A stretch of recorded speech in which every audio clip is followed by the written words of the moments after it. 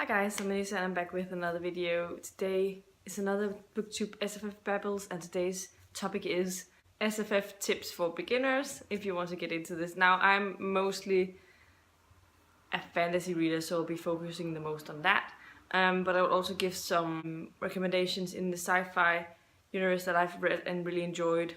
So maybe it might be something that you'll enjoy as well, because it's something I found easy to get into even though I haven't read a whole lot of science fiction. But let's start out with my tips for the fantasy and if you want to get into that. First up, you have to remember that fantasy has so many different subgenres. There's high fantasy, low fantasy, dark fantasy, gritty, epic fantasy, mythology-based fantasy, fantasy of manners, and also sometimes steampunk if there's some fantastical elements to them as well. Otherwise, they're mostly placed in the science fiction category. But definitely I'd suggest reading a little bit up about all of the subgenres in fantasy, figuring out which you think sounds the most interesting. I mean, if you're used to historical fiction, maybe you'd like to read some fantasy of manners, because that is set usually in the Victorian era. And then there's also obviously I say low fantasy, which has not a whole ton of magic, which would probably be a great place to start as well, if you find that interesting. But definitely read up about the different subgenres to try and figure out where to start out with your own reading. I think that if you enjoy literary fiction, usually a good starting place would be Robin Hobb's universe in the realm of the Elderlings, which starts out with The Assassin's Apprentice, because it's very character focused, it's not very plot driven, and the fantasy elements are not very complex or heavy. In this universe, it's more or less a subtle sort of magic that you find out gradually a little bit more about with every book that you get into, and I think that's really interesting. And you can actually, if you want to, read only like the first trilogy if you want to, and you can also just start out and only read the Life Ship Traders trilogy if you want to as well. But I think that if you want to get the whole point and the whole story, you have to read them all in the order, because people show up in the different trilogies who have...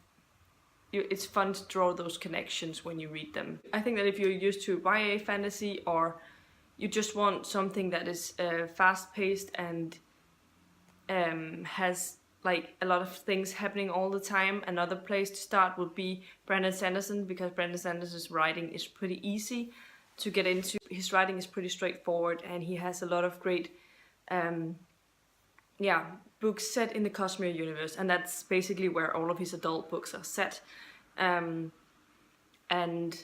two great places to start with his book, either The Final Empire, which is the first book in the Mistborn series, and this it actually follows two characters who are in their teens the most, and so that's why I think to a lot of people this seems like it's YA fantasy, but it is adult fantasy because it's a little darker than your usual YA, and the magic system is very, very unique. But even though it might sound complex when you hear about it, when you actually read it, it's pretty easy to understand, because it's written in a way that in a really interesting way that makes it easier for you to understand it. Another book that's also really a great place to start with Brandon Sanderson is Warbreaker, which is currently the only book in this series, but I think there's supposed to be a sequel. At least it ends like there's going to be a sequel at one point. But this was actually Brandon Sanderson's debut novel, and he has this book on his website free to read from his website if you want to. So it could be a pretty great place to start, because you don't have to actually buy it, you don't have to pay for it, you can just read it and figure out if his writing style is something that you enjoy. Because even though this is a debut and his writing has definitely improved since then, as I can tell from the Mistborn series, it's still a really interesting, like his writing style is that I've known from the Mistborn is still really prominent in this one as well, and the characters are really interesting. It might have a bit of a slow start, but I ended up really enjoying this, and it is a book that's stuck with me a lot, that I didn't realize then, and I can actually I'm looking forward to rereading this and figuring things out a little bit before the actual events happens, and just drawing the connections that I didn't when I read it. And so I highly recommend starting with this one as well. I've also heard that you could start out with Elantris, but as I haven't read it, I can't really recommend that one. But it's also, I think, more or less the only book in that particular series. And then I think there's a novella or something as well. But definitely 2 great books by Brandon Sanderson to start out with. I think that if you're used to science fiction and would like to explore some fantasy, then maybe the 5th season will be a great place to start, because it's also a magic system. I feel like it's a little more realistic than some of the others, because it's sort of focused on earth magic and things that with different climate changes and stuff. And then it's also really character focused rather than plot driven, I think. But a very interesting read, and I think it will be something that science fiction readers would like as well. Another thing I'd like to say is that you shouldn't letting the size of the books deter you. There are actually a lot. I mean, I realize that the majority of the books that you see in fantasy are really gigantic, but you can actually find a lot of great fantasy books that are only your average, whatever sort of other books you're used to, maybe contemporaries or maybe YA fantasy, even though they have some really long books in there as well. Just up the top of my head, I would suggest The Traitor's Blade by Sebastian de Castell. You can see it's not a very long book. It's only about 300 or something pages, and it's a lot of fun, and the magic system is easy to get into, the dialogue is easy to get into, but it's a whole lot of fun and follows these great codes. And yeah, highly recommend starting out with this one if you are scared of the long books. Otherwise, I will suggest Assassin's Apprentice by Robin Hobb, which is only 392 pages, the first book in that. I mean, the series gets longer as they go, but I guess if you get through the first book, you already know the setting, the world, and you can move on without being too scared about the size of the books, because you've already been introduced to the characters, you like the characters, you like to know more about it. So I think it's a soft start to this world, and I highly suggest reading them, obviously. Another place to start with your fantasy reading is the Discworld books by Tara Pratchett. They are really, really fun and really fast to get through, and all of the books are not more than, the first books in the Discworld are about 300 pages or less than that, and then there are some that are a little over 300 pages, but I would say there's not any of those books so far that I've seen that are more than 400 pages. So it's somewhere between 200 and 400 pages, all of the books in that series. Even though it's a gigantic series, I would say that you can start wherever you want to. Maybe you only want to focus on one of the sub-series in the Discworld. And I personally started out with The Color of Magic, which has 287 pages, and I enjoyed it. I know that it's not the best, and it was not the best when I read it either. But it was funny, and it definitely got me intrigued to know more about Tara Pratchett's writing, but because I think that he already then showed that he has some interesting writing and humorous ways of writing his characters. And so I highly recommend the Discworld books as well. And then the 5th season is actually not that long either. I mean,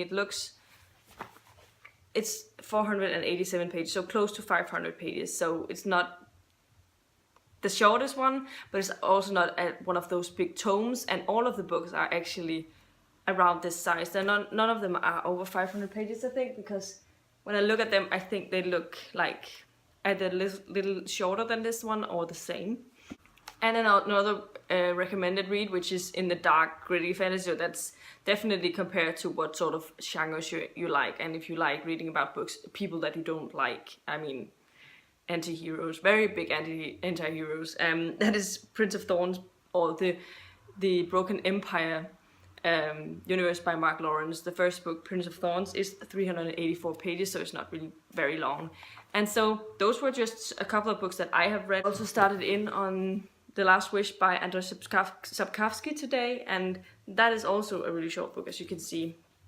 The Song of Achilles, now this is a translated edition, and this one has a pretty large font. And this is 375 pages as well, so also another pretty short book. And finally, there are also, even though books are really long, some books you can, even though they're like big tomes, you get through them really quickly because there's always something happening. You get completely immersed in this universe, so you don't actually think about how many pages that you're reading.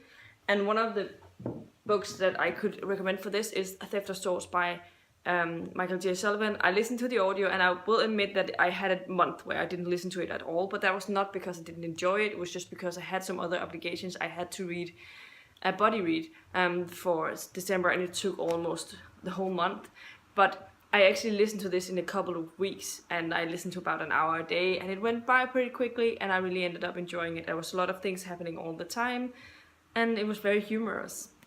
The Final Empire by Brandon Sanderson, I read this really quickly. Whenever I picked it up, I read about 150 pages without even looking, and it was really fun to be immersed in this world, and it was really easy writing, so it was easy to get into, and so another really great book.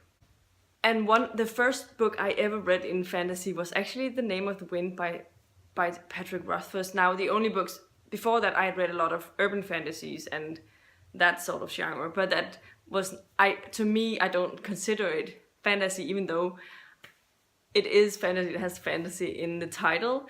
I just don't see it as fantasy as everyone else might. But so the first book that I actually read in a straight up fantasy setting was The Name of the Wind by Patrick Rothfuss. And even though this is like 600 or 700 pages, I read this in a week. I adored this. I loved this. I couldn't put the story away. And it's not super, I would say it's not a super complicated magic system. I feel like it was explained really well. It's focusing a lot on alchemy, magic, and that was really interesting. And the first time I read Robin Hobb's books, like the first book, The Assassin's Apprentice, I remember drawing sort of the connection between my feelings when I read the first book in Robin Hobb's books with my feelings when I read. I mean, it's not a great way to it's difficult to explain, but when I first read the Assassin's Apprentice, the character Fitz reminded me a little bit of Quoth from The Name of the Wind, because Quoth we also follow from when he was really young, and Fitz is like, I don't know, he's less than 10. I think he's 8 or something when we start out with the Farseer trilogy, and Quoth is the same age or something, and he goes through a lot of horrible things in the first couple of parts of the books and the first couple of years that we get to know him, because of different things, obviously. But those two books, I had the sort of same feeling towards the characters. I was really scared what would happen to them, because it was like these two young men, and what was going to happen to them. I mean, Assassin's Apprentice is narrated by Fitz when he's a lot older. He's sort of storytelling the books. But that's the same thing with the Patrick Rothfuss series. It's actually narrated by Quoth when he's an innkeeper and he's telling this chronicler about his life. But I think that was something that I couldn't help think about when I read the Assassin's Apprentice. But I loved The Name of the Wind. Definitely go into this and read it and enjoy the ride. I think it was amazing, and even though it was the first one, I didn't find the magic system super complicated at all, and I enjoyed it a lot. So definitely a great place to start as well. Now, when it comes to science fiction, I'm a little bit more on deep ground, if you know what I mean. One of the places I recommend starting out, and what I've heard about people talk about starting out with, is John Scalzi, because he writes really a humorous sort of style, and it's easy to get into his science fiction. Scientific elements are not super difficult to understand, and it's very great, well explained. And this is the only book I've read by John Scalzi, but I gave it 5 stars. I really enjoyed it, and so I highly recommend Fascination as a great starting place in science fiction. I also read The Martian by Andy Weir, but I'll say The Martian is a lot more science fiction heavy, I'd say. But I feel like you still understand it because everything is explained into a very detailed, because the way it's written in these log files by Mark Watney, and he has to write all of these things, how he's been raised in the, so to be an astronaut you have to write everything down as the day goes by and everything you discover. So everything is written down in these logs, and then the humor is so amazing. I don't think I've found another character that is that I mean I can't really compare Mark Watney to anyone because he's so much his own character and it's a lot of fun.